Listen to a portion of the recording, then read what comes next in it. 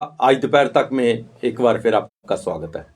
और मैं हूं आदर्श पाल गुप्ता और मेरे साथ है वरिष्ठ पत्रकार सतीश वर्मा जी। सतीश जी, खबरें बहुत हैं आज। आज कांग्रेस का 138वां स्थापना दिवस है जिसे दिल्ली में मनाया गया है। वहां पे उन्होंने कांग्रेस भवन पर झंडा फहराया है और घाटी में जो तैनात है, जो पीएम जी रोजगार योजना में, उनने आप कैट के समक्ष अपनी फरियाद भेजी है। ये बड़ी खबर है। जम्मू के सचिवालय में आज सुबह आग लगी है, खबर है। लेकिन सबसे बड़ी खबर जो है जिसपे हम चर्चा करेंगे आज, वो ये है कि आज सवेरे बहुत जल्दी सिदड़ा में सुरक्षा बलों और आतंकियों के बीच में एक मुठभेड़ हुई जिसमें 4 आतंकी मारे गए और उनमें से भारी मात्रा में गोला बारूद बरामद किया, जिसमें 7 AK-47 और 3 पिस्टल भी हैं। उसके अलावा भी बहुत सी हैं जिसकी अभी रिपोर्ट आनी बाकी है। श्री जी, हम अक्सर यहाँ बैठ के चर्चा करते रहे, पीपी न्यूज़ लाइन में चर्चा करते रहे कि जो हालात ये बने हुए हैं कि जहाँ पे बर्फ पड़ती है तो इनकी कोशिश होती है ज़्यादा से ज़्यादा आतंकियों को वहाँ भेजने की। उसके बाद ये इंटरनेशनल बॉर्डर LOC से भी भेजे जा रहे हैं। हम बार बार ये कभी ड्रोन आता है, कभी कुछ आता है, मतलब जम्मू कश्मीर को सुलगाने की पूरी कोशिश की जाती है।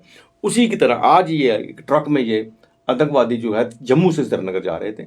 इन्हें सिदड़ा में वहाँ पे चेक पोस्ट है, वहाँ पे रोका गया और ड्राइवर को नीचे उतारा और ड्राइवर भाग गया। ड्राइवर और कंडक्टर दोनों भाग गए। वो पुलिस के मुताबिक कि उनके हाथ नहीं लगे, लेकिन जब उन्होंने तलाशी ली ट्रक के अंदर से फायरिंग हुई और जवाबी कार्रवाई में पता चला कि वहाँ पे 3 या 4 आतंकवादी हैं जो बाद में मार गिराए गए। वहाँ ट्रक को आग लग गई और बाद में पता चला कि 4 आतंकवादी जो वहाँ पे मारे गए हैं पुलिस के मुताबिक जो है।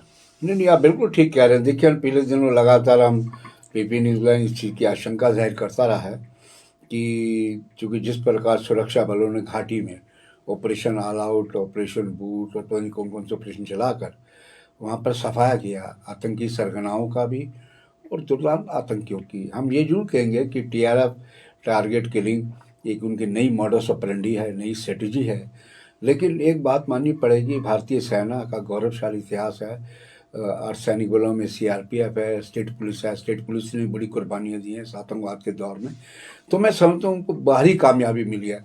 ISI ने इसलिए एक टारगेट किलिंग वैली में और उसके अलावा जम्मू की तरफ भी फोकस शिफ्ट किया। इस प्रकार की जानकारी सूत्रों से मिल रही है, सुरक्षा से जुड़े जो सूत्र हैं।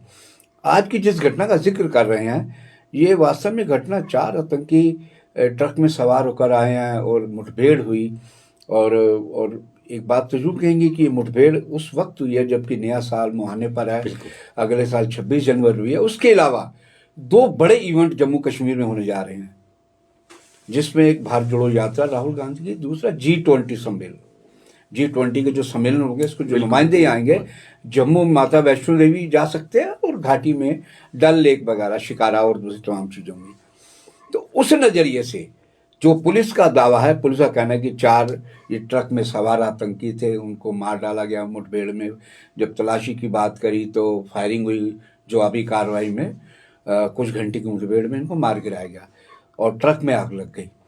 आप देखिए ना, ये वो स्पेस है उसके आसपास का जब प्रधानमंत्री मोदी इसी साल जब यहाँ आए थे सांबा में। बिल्कुल ठीक है, पल्ली में। तो उस वक्त पल्ली में, उस वक्त भी वो इसी इलाके के अंदर छिपे बैठे थे और वो बाद में पता चला कि वो जैश और अफगानी मिलिटेंट थे जिनकी भाषा की प्रॉब्लम। लेकिन उनके जो ओवरग्राउंड वर्कर थे, जब वो पकड़े गए तो उनसे ये पूरी जानकारी मिली और वो कई घंटे मुठभेड़ चली थी और उसमें हमारे भी कुछ 1-2 लोग जख्मी होते। मैं समझता हूँ कि ये सिदड़ा का जो इलाका है, भटिंडी है, सिदड़ा एडजॉइन इलाका है और यहाँ पर पहले भी कई प्रकार के सस्पिशियस मूवमेंट देखी गई है। आपको याद होगा इसी महीने में एक हैंड ग्रेनेड फटा था और निशाना चौकी को बनाया गया था। बिल्कुल ये इलाका था। तो हम समझते हैं कि ये जो इलाके हैं ये बड़े वल्नरेबल हैं और ज्वलनशील इलाके हैं जहाँ पर इनको शेल्टर मिलता है। और लेकिन ये तो एक ट्रक से आ रहे थे। चूँकि ADG मुकेश सिंह से जब पूछा गया पत्रकार द्वारा कि ये कौन सी तंजीम, वो कह रहे हैं अभी हम तफ्तीश कर रहे हैं, फिर बताएंगे। दूसरी बात, ये बात स्पष्ट नहीं हो पाई कि ये आखिर मिलिटेंट भारत पाक सीमा क्रॉस करके आए, चूँकि भारत पाक सीमा इस मामले में बड़ी बदनाम रही है। चूँकि पिछली भी जो इन्फिल्ट्रेशन हुई थी तो यही क्या नाम है आपका, हीरानगर, ये इलाके ज़्यादा सुर्खियों में बने रहे हैं, विवादों में भी। हालांकि बीएसएफ की ओर से हमेशा ये सफाई आई है कि उनके यहाँ से कोई इन्फिल्ट्रेशन नहीं हुई है। अगर उनके यहाँ से इन्फिल्ट्रेशन हुई तो फिर आए कहाँ से, ये भी एक बड़ा सवाल है। तो मैं समझता हूँ पुलिस के लिए हम लगातार कहते रहे हैं कि जिस तरह कोरा है यहाँ पर, अब हमारे भारत पाक सीमा में खास तौर पर चूंकि मैदानी इलाका है, यहाँ कोरा का ज़्यादा होता है इंस्टेड आपकी एलओसी के। और एलओसी में इस टाइम में जब बर्फबारी हो रही है तो वहाँ से घुसपैठ की संभावना क्षीण हो जाती, कम हो जाती है, चाहे वो उत्तरी कश्मीर का बारामूला का इलाका हो या हमारा ये 10 डिस्ट्रिक्ट जो एलओसी के हैं, राजौरी और पुंछ, ले देकर भारत पाक सीमा की ओर ज्यादा। और हमने अंदेशा व्यक्त किया था कोरे की आड़ में कहीं इन्फिल्ट्रेशन की कोशिशें होंगी, क्योंकि ड्रोन का जिसका आप जिक्र कर रहे हैं, ये साल ड्रोन ने मैक्सिमम मूवमेंट की एक रिकॉर्ड बनाया है। और उसके जरिए ड्रग्स भी आया, जिसको हम नार्को टेररिज्म कह रहे हैं, हथियार भी आए हैं, गोला बारूद है, स्टिकी बम आए, सबसे बड़ी बात। तो मैं समझता हूँ पुलिस के लिए, पुलिस जैसा कह रही है कि 4 को मारे गिराए, ये भी हो सकता है कि इनके साथ और भी लोग हों, ये भी आशंका जाहिर की जा रही है, एप्रीहेंशन है, चूंकि तलाशी अभियान भी पुलिस ने चला रहा है उन इलाकों में। तो मैं समझता हूँ हालांकि देखा जाए पुलिस जैसा कह रही है 4 आतंकी मारे, ये बहुत बड़ी कामयाबी के तौर पर देखा जा सकता है। जैसा आपने कहा कि आज भी एक बहुत बड़ी धुंध थी इस वक्त, बिल्कुल जो ट्रक की मूवमेंट थी वो रूटीन मूवमेंट से हटके थी। बिल्कुल रूटीन जो दोपहर को रात को 12 बजे के बाद ट्रक्स निकलते हैं, ये सुबह के वक्त निकलता है। बिल्कुल धुंध बहुत ज्यादा, बिल्कुल बिल्कुल। और जैसा कि पुलिस ने कहा कि इसमें रोका और उसका जो ड्राइवर नीचे उतरा और भाग गया। ये एक बहुत बड़ी बात है उसका भागना, कि कहाँ भाग गया, क्या इसका कैसे भाग गया, और पुलिस पकड़ भी ले, और पकड़ने के बाद पता भी चलेगा ये ट्रक आया कहाँ से। बिल्कुल। एक बात हमने पीपी न्यूज लाइन में एक बार नहीं बहुत बार जिक्र किया इस बात का, इन ट्रकों के ऊपर कभी स्मगलिंग हो रही है आर्म्स की, कभी ड्रग्स की। उन ट्रकों को जब यहाँ से निकलते हैं, कितनी बार हमने कहा है फुल ट्रक स्कैनिंग की नहीं किया जाता। बिल्कुल, बॉडी स्कैनर लगाना चाहिए, फुल बॉडी स्कैनर क्यों नहीं आएगा? ये एक बहुत लाखों करोड़ों रुपए इस बिल्कुल खत्म हो रहे। एक बार वो लगा ये वन टाइम इन्वेस्टमेंट है। बिल्कुल। अब ये देखना बाकी है कि अभी तक पुलिस ने बताया इस ट्रक में क्या था। बिल्कुल, इस ट्रक में क्या अभी खुलासा नहीं किया, अभी खुलासा नहीं हुआ। इस ट्रक में क्या लेके जा रहे थे, खाली था और कहाँ छुपे थे, किस तरह छुपे। बिल्कुल, ये पूरी, क्योंकि आग लगने के बाद वहां पता नहीं, पुलिस तो खैर ढूंढ लेगी उसको। बिल्कुल बिल्कुल बिल्कुल, सोर्सेस बहुत ज्यादा होते हैं, लेकिन यहाँ ये बात अभी जानना बहुत जरूरी है, ट्रक कहाँ से आया और जम्मू से श्रीनगर कहाँ जा रहा था, बिल्कुल जानना बहुत जरूरी है। ये बड़ा जरूरी है, चूंकि मिलिटेंट तो कह रहे हैं पुलिस ने कहा 4 मार दिए गए हैं। अब आगे का कदम क्या होगा, आगे की लीड क्या होगी? लीड तो उनसे मिल नहीं, मारे गए तो लीड जाहिर है कि या तो ड्राइवर पकड़ा जाए, जो लोग उस गाड़ी में सवार, ट्रक में सवार थे, या उनके पास से कुछ ऐसे डॉक्यूमेंट्स मिले जिससे कि ये साबित हो सके कि आगे केस की लीड कहाँ तक जाती है। प्रॉपर श्रीनगर है, साउथ कश्मीर है, नॉर्थ कश्मीर है। चूँकि मौजूदा दौर में जो टारगेट किलिंग की सर बात करें, उसमें कश्मीर के तीनों हिस्सों में ये टारगेट किलिंग का सिलसिला बना है, वो चाहे नॉर्थ हो, चाहे सेंट्रल कश्मीर हो या साउथ कश्मीर हो। तो हमारा मानना यह है कि पुलिस को लाजमी तौर पर, हालांकि वहाँ भारतीय सेना के जवान भी थे, सीआरपी और सैनिक बलों के भी थे, राज्य पुलिस के सीएसओजी थे। देखिए, सबसे बड़ी बात यह है कि इन तीनों अंगों में, चाहे वो सेना हो, सीआरपीएफ हो, पुलिस हो, एक बेहतर तालमेल है। ये और यही वजह है कि कश्मीर में जो आतंकवाद को कुचला गया है बुरी तरह, उसमें इन बात के लिए श्रेय जाता है कि पहले आमतौर पर क्या होता था, कई बार लैक ऑफ कोऑर्डिनेशन होता था। लेकिन लगता है कि दिल्ली से इस प्रकार की इनको कड़ी हिदायत है कि आप सामंजस्य बैठाइए बेहतर तरीके से, और जैसे सूचना मिलती है अपना ऑपरेशन शुरू कर दीजिए। तो हम समझते हैं इसमें बहुत सी चीज़ें अभी जानकारी आना बाकी हैं।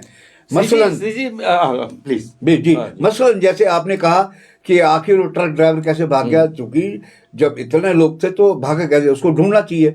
दूसरा यह कि ट्रक में खाली था या सामान था, क्योंकि लीड चाहिए आगे की। मकसद ये है कि ये 4 जो मारे गए, आखिर इनको कहाँ, इनका गंतव्य डेस्टिनेशन क्या था। हम सिर्फ श्रीनगर कहने से बात नहीं बनती, ताकि आगे जो लोग बैठे थे, जो जिनको इनके साथ जुड़ना था, आखिर वो भी तो पकड़े जाने चाहिए। तो मैं समझता हूँ कि अभी सुरक्षा एजेंसियों का काम खत्म नहीं हुआ, ठीक है, उनको कामयाबी मिली है। खुद एडीजीपी मुकेश कुमार ने कहा कि नया साल है, 26 जनवरी है। हम समझते हैं उससे बड़े वो तो है ही है, क्योंकि पाकिस्तान की हमेशा कोशिश रहती है कि नए साल पे या 26 जनवरी गड़बड़ी फैलाए। नहीं, वही मैं आपसे कहने जा रहा था कि कई सालों से ऐसा हो रहा है कि पाकिस्तान पूरी कोशिश कर रहा है, ना तो वो रिपब्लिक डे पे ना इंडिपेंडेंस डे पे ऐसी खबर नहीं बना पाता, क्योंकि सुरक्षा बल बड़े अलर्ट है पूरी तरह ना जम्मू में हाँ। ना कश्मीर में। बिल्कुल। तो इनकी पूरी कोशिश है कि किसी ना किसी तरह से गणतंत्र दिवस पर वहां पे कोई हालात खराब किए जाए, वहां पे ऐसा कांड किया जाए जिसमें वो इंटरनेशनल जो है न्यूज में आ सके, बता सके कि अभी तक वहां पे टेररिज्म खत्म नहीं हुआ। हो सकता है उसकी भी एक कड़ी हुई है। नहीं, बिल्कुल आप ठीक कह रहे हैं। देखिए, हम दो जो बड़े इवेंट अगले साल के शुरू में होने जा रहे हैं, राहुल गांधी की भारत यात्रा और G20, इन दोनों को लेकर पाकिस्तान के पेट में मरोड़े पड़े हुए हैं। क्योंकि राहुल गांधी का जो मिशन है कश्मीर, उसमें तिरंगा पाकिस्तान को बर्दाश्त नहीं करता कि भारतीय ध्वज वहां फहराया जाए। नंबर 2, G20 में चूंकि चाइना भी है और भी मुल्क है, और हम पहले भी चर्चा कर चुके हैं, बहुत ही बड़ा यहाँ पे हम पहले चर्चा कर चुके हैं। चाइना चूंकि उसकी पीठ पे सवार है की डेट में, चूंकि जब से यूटी बनी है, चाइना की बुरी नजर कुदृष्टि हमारे लद्दाख पर बनी हुई है।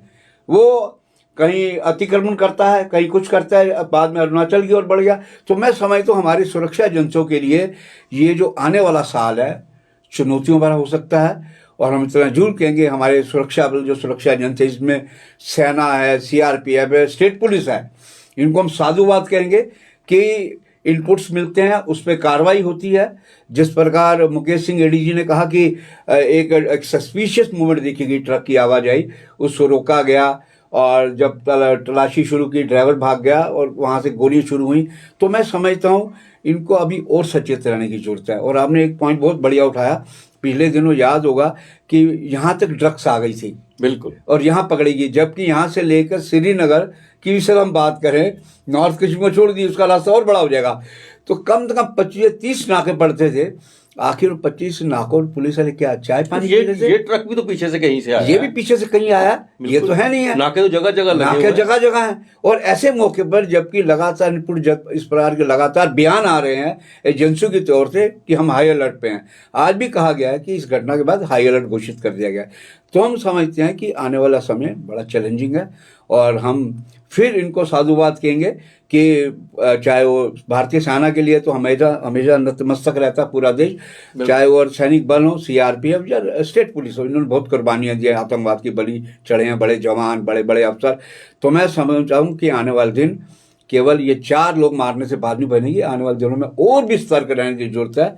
अगर टेररिज्म को, चूंकि पाकिस्तान की साजिश वो कभी बाज आने वाला मुल्क है, चाहे जो मर्जी कर लीजिए आपको, तो हम लास्ट में यही कहेंगे। अभी इसमें बहुत से पहलू, अभी खुद DGP मुकेश ने कहा है कि कौन सी तंजीम है, और भी बड़े जो पॉइंट बिंदु हैं जिन पे उनको अभी इन्वेस्टिगेशन करनी है।